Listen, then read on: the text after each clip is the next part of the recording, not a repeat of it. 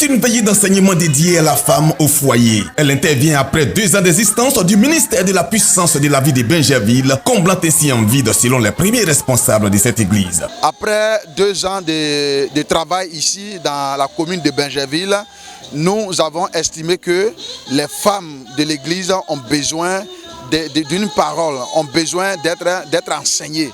Et nous avons fait appel à notre mère, l'épouse de notre père spirituel, pour pouvoir enseigner ces femmes. Parce que nous avons constaté que les femmes, il y a un manque, c'est un manque, elles ont besoin d'être enseignées. La prophétesse Esther Oukamba Fabrice, l'épouse du fondateur du MPV, était l'oratrice de ce moment. En tant que mère de toute l'église, son enseignement a été perçu comme des conseillers aux femmes de ce ministère. Nous constatons de nos jours qu'il y a plus de divorces au niveau des chrétiens que des païens. Alors ces programmes sont mis sur pied pour que les foyers chrétiens soient remobilisés, soient reconstitués, soient aussi restaurés.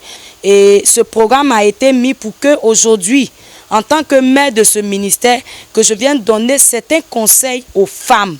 Comment tenir la maison et comment être une femme d'impact à la maison et hors de la maison et même dans l'église de Dieu. La femme sage bâtit sa maison et celle insensée la renverse de ses propres mains était le thème général de cette nuit des femmes. L'importance des sous-thèmes abordés avec des références bibliques ont suscité la bonne compréhension, occasionnant la réussite de ce programme. Le message m'a fait du bien parce qu'on voit vraiment, peut-être même un problème pour mon mari, mais ce soir ce que j'ai appris, le message m'a dit que je dois vraiment être une femme sage, je dois être bien, un exemple pour mon mari, aussi, parce que mon mari n'est pas chrétien.